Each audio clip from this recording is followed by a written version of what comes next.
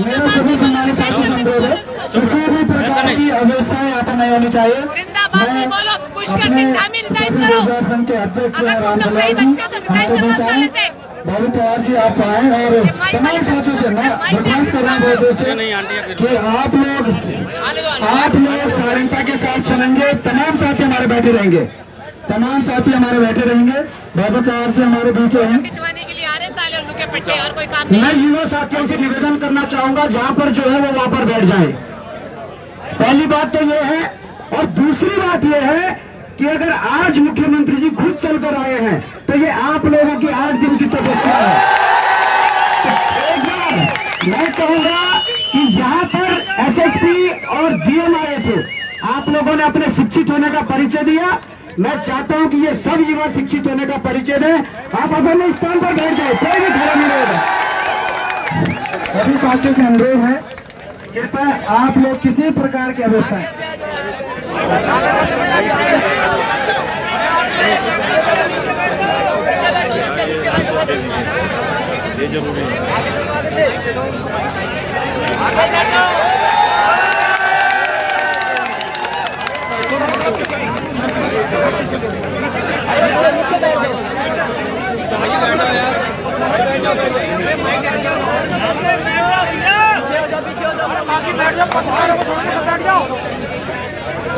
Hello मैं भाई यार, अगर कोई बात सुनने आया है तो शिक्षित होने का परिचय दीजिए। मैं कहता हूँ सब लोग बैठे, वीडियो बनाइए तो नीचे बैठ के बनाइए।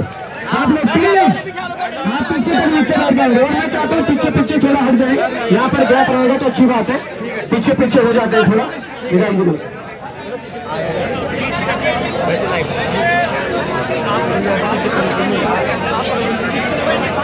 कोई बात नहीं, बढ़िया अच्छी बात, शांति बनाए रखो भाई लोगों।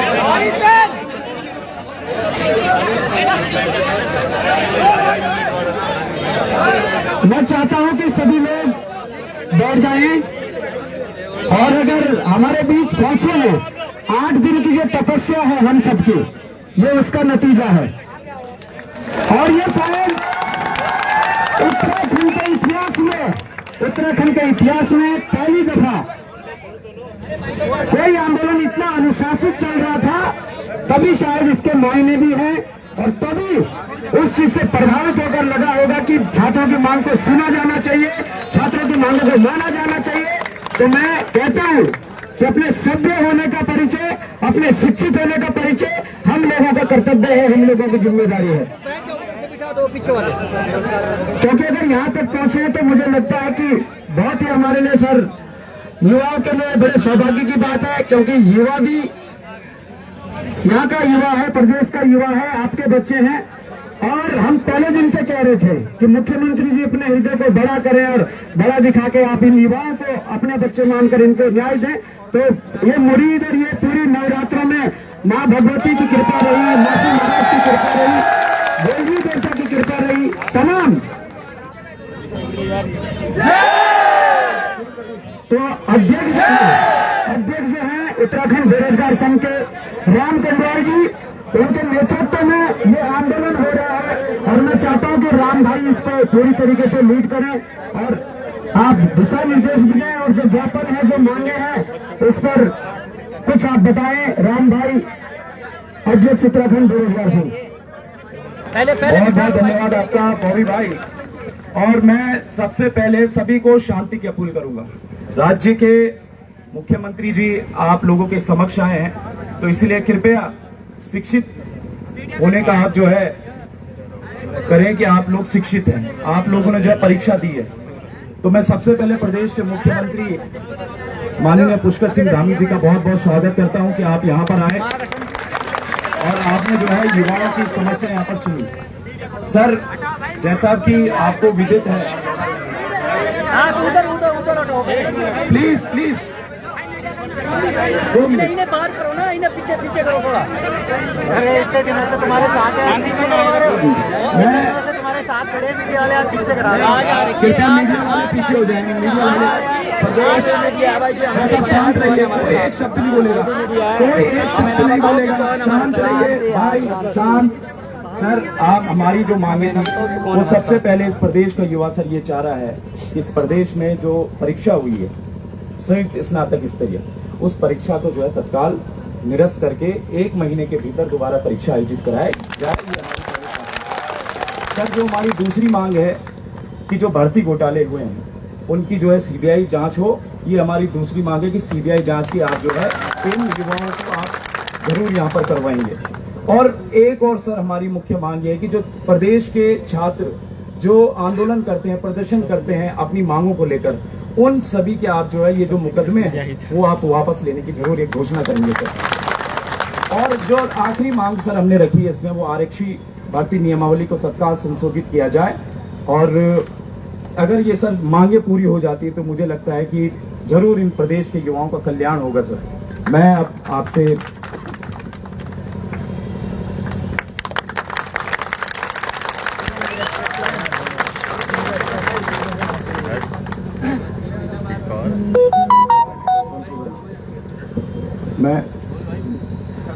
मैं 1 मिनट बोलने दो बॉबी भाई को, बोलने दो बॉबी भाई को, बोलने दो। देखिए मैं बता रहा हूं कि उत्तराखंड बनने के बाद से ये सबसे बेहतर जीत किसी पार्टी की नहीं, किसी दल की नहीं, किसी व्यक्ति की नहीं, ये वो ईमानदार युवाओं की है जो ईमानदारी से परीक्षा देना जानता है। ये वो ईमानदार युवा और युवतियों की है, छात्र छात्राओं की है जिन्होंने ऐसे जगह पर जहां अपने पूरे सड़क को घेर रखा था पर अनुशासनहीनता नहीं दिखाई, इस आंदोलन को बराबर बहुत अच्छे तरीके से चलाया। और मुझे लगता है कि इस आंदोलन का यदि राजनीतिकरण होता तो शायद युवाओं की बात ज्यादा नहीं मानी जाती। सीएम साहब तक अगर ये मैसेज पहुंचा हुआ होगा कि बिल्कुल अच्छे तरीके से प्योर छात्र आंदोलन ये चल रहा था, छात्रों की जो मांगे थी उसी मांगों पर बात हो रही है और इसीलिए शायद उन्होंने दिल बड़ा करके आप लोगों के समक्ष आए हैं। हम सबके लिए बड़ी बात है और ये जो मांगे हैं मैं चाहता हूं कि सीएम साहब अपने मुखारबिंदु से इन मांगों के लिए और जो ज्ञापन दिया है उसके लिए आप सबको कहेंगे।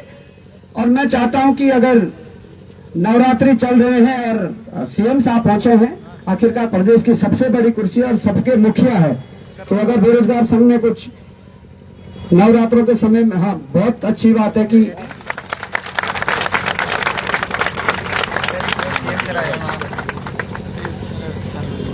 तो मैं चाहता हूं कि आप सीएम साहब की बातों को गौर से सुनिएगा। और फिर एक बार कह रहा हूं, हम सब शिक्षित हैं, हम अपनी लड़ाई लड़ना भी जानते हैं और जीतना भी जानते हैं। बस आप लोगों का संयम बना रहे, हम सबका संयम बना रहे। लड़ाइयां पता नहीं अभी कितनी लड़नी है और कितनी लड़नी पड़ेंगी, पर यदि इस ये लड़ाई अंजाम तक पहुंच रही है तो निश्चित ही हम आपका स्वागत करते हैं, अभिनंदन करते हैं। और मैं आपको माइक थमा रहा हूं सर, आप प्लीज हमारे छात्रों को निराश न करें, मेरी ऐसी उम्मीद है। भारत माता की जय, भारत माता की जय। पिछले लगभग पूरा 1 सप्ताह हो गया, 8वां दिन है और 8 दिन से आप सब लोग परीक्षा के दिन से ही लगातार आप लोगों के मन में शंका, संदेह और जो भी शिकायतें आई हैं उसके संबंध में आप सब लोग यहाँ पर बैठे हैं। और सच में मुझे भी एक एक दिन जो है बड़ा भारी लग रहा था कि आप लोग बैठे हैं, इतनी गर्मी हो रही है और त्योहार का भी समय है। छात्रों का एक बड़ा समूह जगह जगह पर, उनका कोई अविश्वास, कोई संदेह उनके मन में न रहे, ये मेरे मन में भी बहुत नीक इच्छा थी। और पहले दिन भाई राम पंडवाल जी मुझे मिले थे और उस दिन भी मैंने आपको बहुत आश्वस्त किया था कि आपकी जो भी शंका समाधान है, जो भी मन में किसी प्रकार का संदेह है, उसको हम लोग निश्चित रूप से दूर करेंगे। और मुझे अच्छा लगा कि आप लोगों ने यहाँ पर बहुत परेशानी भी हुई और मैं जानता हूँ इसमें परेशानी का वो है इतने दिनों तक आंदोलन चलाना कठिन काम है।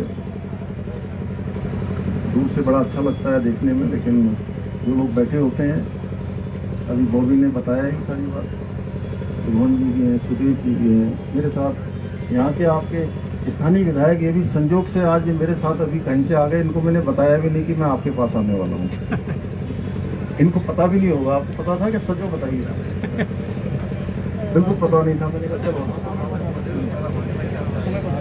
और हमारे बहुत सारे साथी जो अलग अलग माध्यमों से लगातार मेरे संपर्क में रहे हैं। देखिए, मेरा एक ही संकल्प है कि आप लोगों की जो परीक्षा भर्ती प्रक्रिया है वो पूरी तरह से पारदर्शिता पूर्ण होनी चाहिए, और ये मेरा संकल्प है। इस संकल्प को लेकर मैंने लगातार काम किया है। मैं जानता हूँ एक नौजवान, युवा, छात्र, हमारे बच्चे जब अपनी पढ़ाई पूरी करते हैं या पढ़ाई करके भर्ती प्रक्रियाओं की तैयारियां करते हैं, परीक्षाओं की तैयारियां करते हैं, तो उनके मन में किस प्रकार के उनके सपने होते हैं, किस प्रकार का उनका जीवन का आगे का एक भविष्य के लिए एक मैप होता है।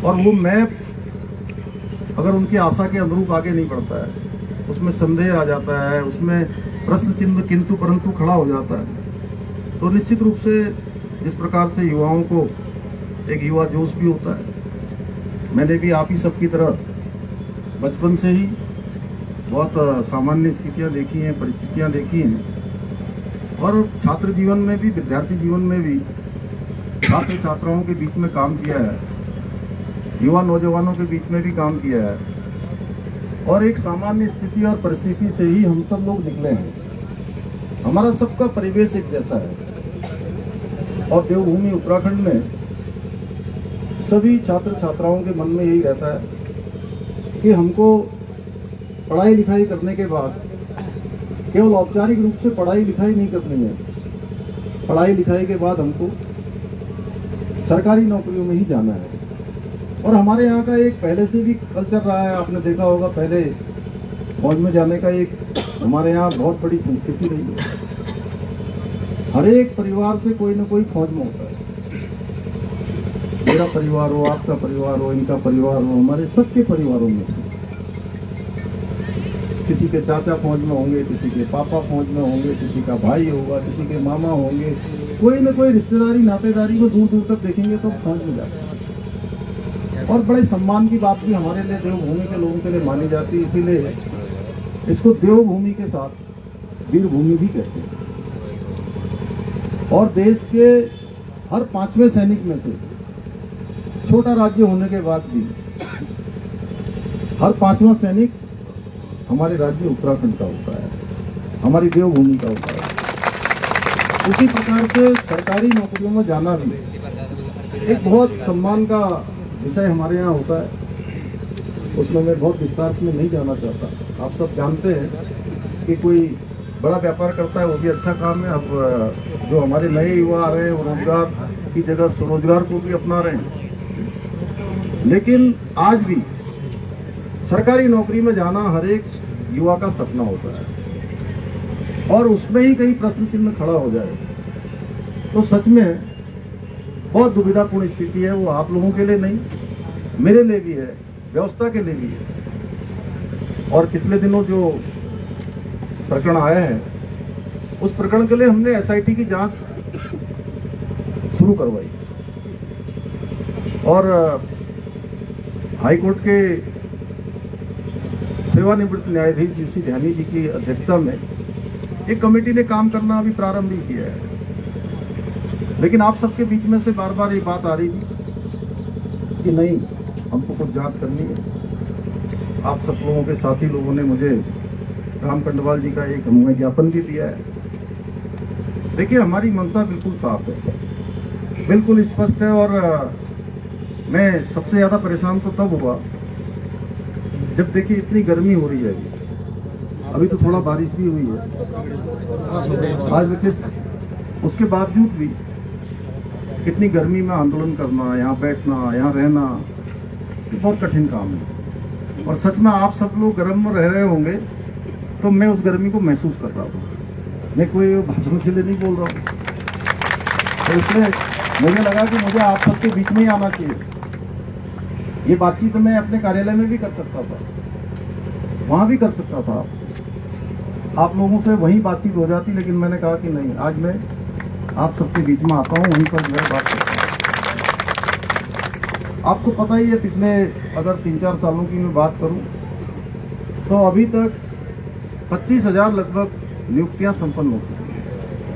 2700 अरे यार बोलने दो। और सभी भर्ती प्रक्रियाएं सफलतापूर्वक संपन्न हुई। बोलेंगे तो किसको बोलेंगे?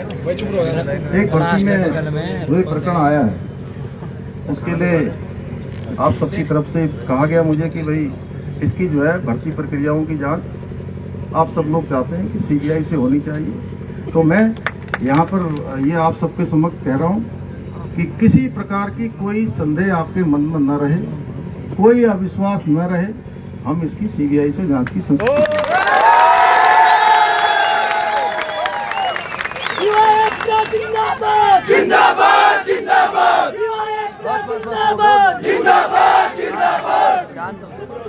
शांत हो।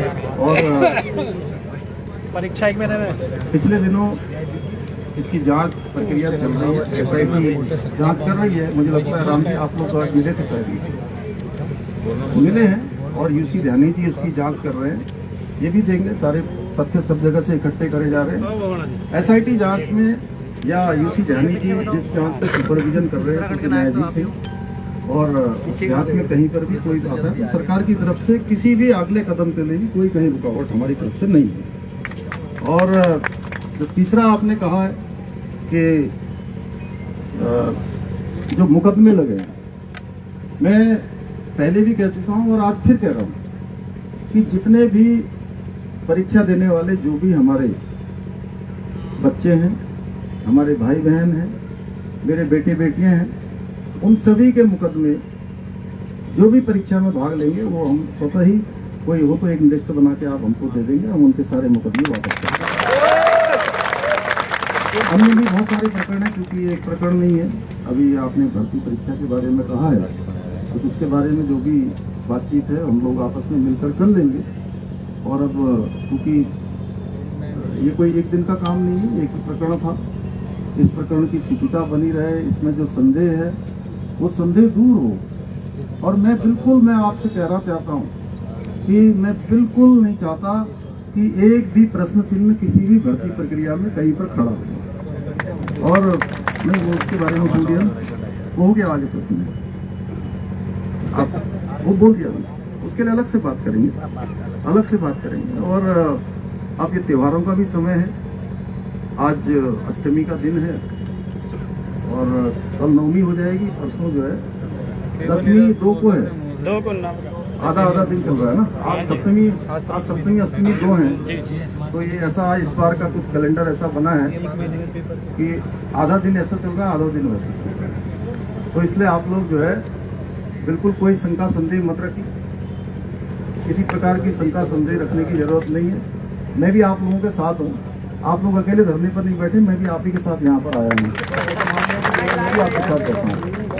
और हम सब लोग मिलकर देखिए भर्ती प्रक्रिया भी अच्छी करेंगे, राज्य भी हमारा पूरे देश का सबसे अच्छा राज्य बने, उसमें सबसे महत्वपूर्ण भूमिका अगर किसी की होने वाली है, जो ये अमृत काल है, अमृत काल। और 2047 में प्रधानमंत्री श्री नरेंद्र मोदी जी का संकल्प है कि हमारा देश विकसित भारत बने, आत्मनिर्भर भारत बने। उस आत्मनिर्भर भारत में और उस विकसित भारत के संकल्प को पूरा करने में सबसे बड़ा योगदान किसी का होने वाला है, तो हमारे सभी इन युवा साथियों का होने वाला है।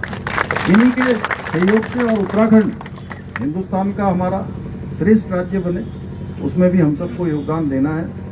तो ये सारी बातें आप सबके समक्ष आ गई हैं। मैं इतना ही कहता हूँ कि आप सब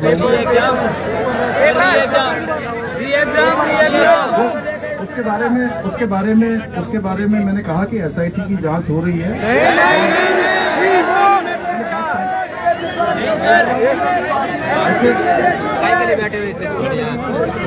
जितने भी मांगे आई हैं वो सारी की सारी जो भी अभी हम सबसे ज्यादा कर सकते हैं, बाकी ये एक महीने में परीक्षा।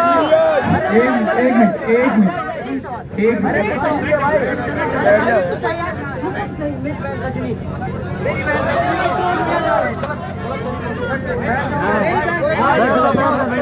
बात कर लेते हैं, कोई नहीं। देखिए, युवाओं के सवाल लेने और उनका जवाब देने सीएम साहब आए इतना बड़ा दिखाकर ना।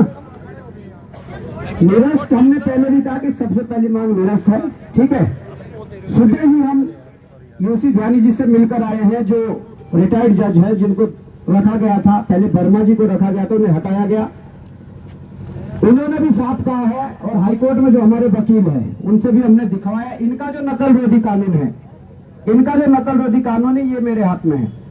इस नकल रोधी कानून के 5वें क्लॉज में साफ तौर पर यह दर्शाया गया है, मैंने हाईलाइट किया इस चीज को, आपको एक एक बच्चे के व्हाट्सएप में इस चीज को भेज दिया जाएगा। इसमें साफ दर्शाया गया है कि परीक्षा के दौरान एक भी प्रश्न डिजिटल रूप में या किसी भी माध्यम से बाहर आता है तो वो लीक की श्रेणी में माना जाएगा और वो निरस्त होगा। जहां तक सीएम साहब से हमने बात की, उनका कहना है कि ये आदेश आयोग को निकालना है, और आयोग तब आदेश निकालेगा अगर यहां से या तो ध्यानी जी लिख के देंगे जो रिटायर्ड जज है, या एसआईटी वाले 1-2 लाइन लिख के देंगे कि ये ऐसा है। तो ठीक है सर, आप यहां पर आए और आपने सीबीआई के लिए संस्तुति के बारे में आपने यहां पे on the spot on camera और लेटर पे मार्क करके किया है। मैं चाहता हूं कि अगर आप इसको यहीं पे पूरा लिख देंगे कि सीबीआई की संस्तुति है, ये आपसे हमारी बड़ी जीत है। परीक्षा निरस्त की जो जहां तक बात है, ये कानून है, मुख्यमंत्री जी बोलेंगे, ये कानून है जिस कानून के तहत निरस्त होना तय है, जिस कानून के तहत निरस्त होना तय है। पर मैं सर निवेदन करना चाहूंगा सर, सुनिए, मैं निवेदन करना चाहूंगा कि आप लोगों ने जो समय सीमा 1 महीने की रखी गई थी सर, ये बहुत ज्यादा है। मैं चाहता हूं कि या 5-7 दिन के अंदर इस पर 5 या 7 दिन के अंदर सर प्लीज, ये बड़ी रिक्वेस्ट है, क्योंकि जांच होते रहेगी, पर इसकी निरस्त करने की जो अवधि है 5-7 दिन में, वो एसआईटी हो या ध्यानी जी हो। ये चूंकि आयोग से जुड़ा हुआ विषय है और इसमें एक एसआईटी जांच कर रही है, हम लोग ये उनसे अनुरोध करेंगे कि जल्दी से जल्दी जो है, अरे अब आप शांत रहो, आप ही को सुनने तो आए हैं यहाँ, अगर आप भी बोलोगे तो फिर मैं क्या बोलूंगा, तो उसमें जैसा अभी कहा कि जो है कि वो एसआईटी और आयोग और जस्टिस साहब तीनों मिलकर जो है इस पर काम कर रहे हैं, और जैसी उनकी संस्तुति आएगी उसके अनुसार कार्रवाई है।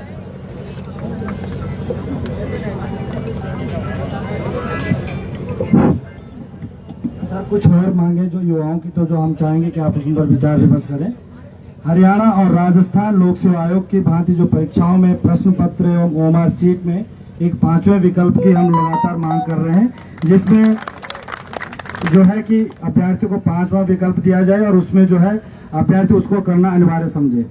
दूसरा, हमने यूकेएसएससी और यूकेपीएससी द्वारा आयोजित की जाने वाली परीक्षाओं में ओएमआर सीट जो होती है, ओएमआर सीट उसको कक्ष में ही, यानी कि परीक्षा कक्ष में ही सील करने का प्रबंध किया जाए, ताकि वो जो परीक्षा हॉल से बाहर आकर उसमें कोई छेड़छाड़ न कर सके।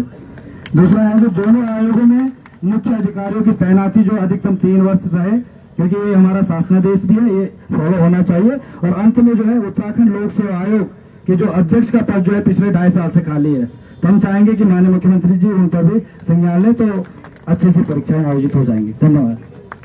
मैं एक बार फिर से माननीय मुख्यमंत्री पुष्कर सिंह धामी का बहुत बहुत आभार जताता हूं कि यहां पर आए और उन्होंने युवाओं की समस्या सुनी। एक बार जोरदार तालियां मुख्यमंत्री जी के लिए।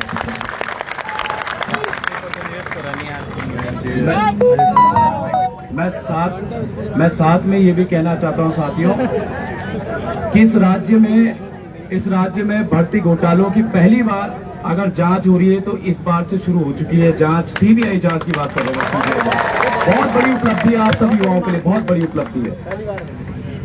और जो दूसरी चीज है साथियों, संयुक्त स्नातक स्तरीय, वो आज हम अब मिलकर भी आए हैं और थोड़ी देर में हम उसके बीच आप लोगों के समक्ष भी वो चीजें हम रखने वाले हैं।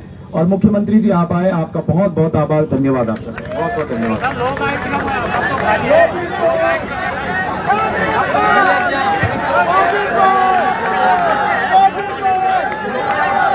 चलिए अभी की बड़ी खबर ये है कि सूबे के मुख्यमंत्री पुष्कर सिंह धामी